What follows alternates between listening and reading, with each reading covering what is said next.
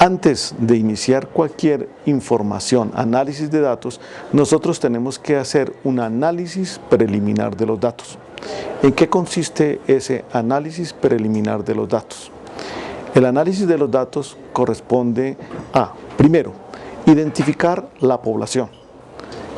¿Qué se debe hacer en identificar la población? Definirla como un conjunto por comprensión, es decir, relatar de qué se trata esa población objeto de estudio y además identificar el tamaño de esa población, es decir, el número de elementos que lo componen. Segundo, se identifica la muestra.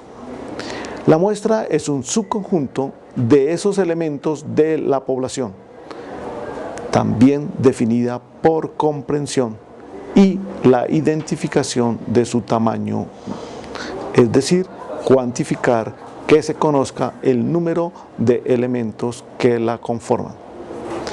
Tercero, identificar la o las variables involucradas en el estudio. En un estudio puede haber 2, 3 o más variables que es necesaria identificarlas con un nombre. Dicho nombre debe ser conformado de la manera más sencilla, con pocas palabras que lo definan en forma correcta. Por ejemplo, la estatura sabemos que es la distancia en una medida de longitud que hay entre el pie y la corona.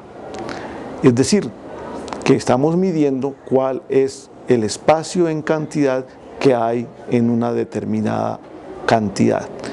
La edad se define como el tiempo transcurrido desde la fecha de nacimiento hasta la fecha actual.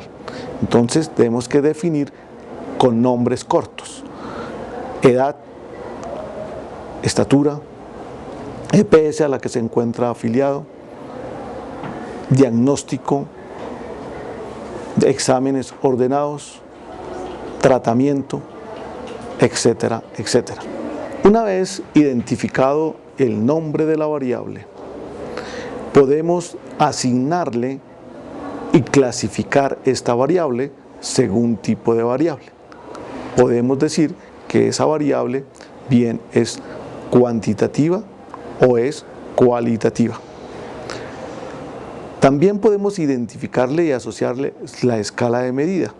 Ya sabemos que la escala de medida puede ser ordinal o nominal para las variables cualitativas y de intervalo y de razón para las variables cuantitativas. Cuarto, es importante identificar también los valores que toman la variable. Por ejemplo, la variable número de hijos, podemos decir, puede ser un valor 0 o un valor 1, 2, 3 o 4 si el hogar tiene 4 hijos.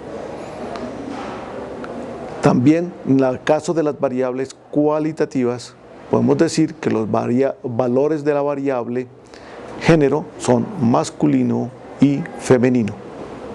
Es posible que en encuestas se aparezca el valor de género otro, indicar, o un valor número 3 de código para género para identificar no respuesta o ausencia de valor.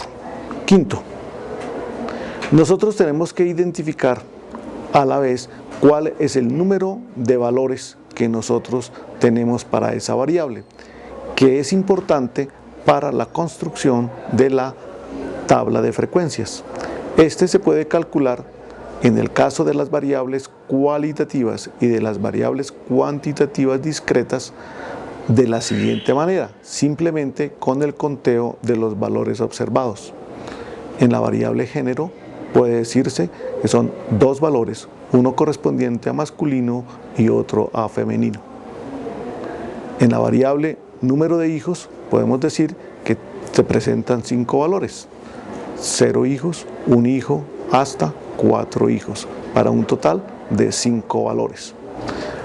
Para las variables cuantitativas continuas es necesario calcularlo con la fórmula de Sturges. Finalmente, es importante tener en cuenta en este análisis preliminar de datos el origen, es decir, la fuente de dónde provienen los datos. Es importante relacionar allí de dónde vienen los datos como respaldo del investigador.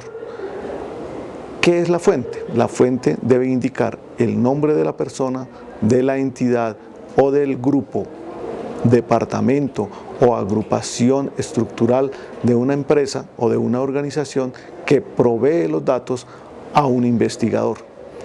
O simplemente también pueden ser datos originados en un paciente, que sería en este caso la fuente primaria de los datos.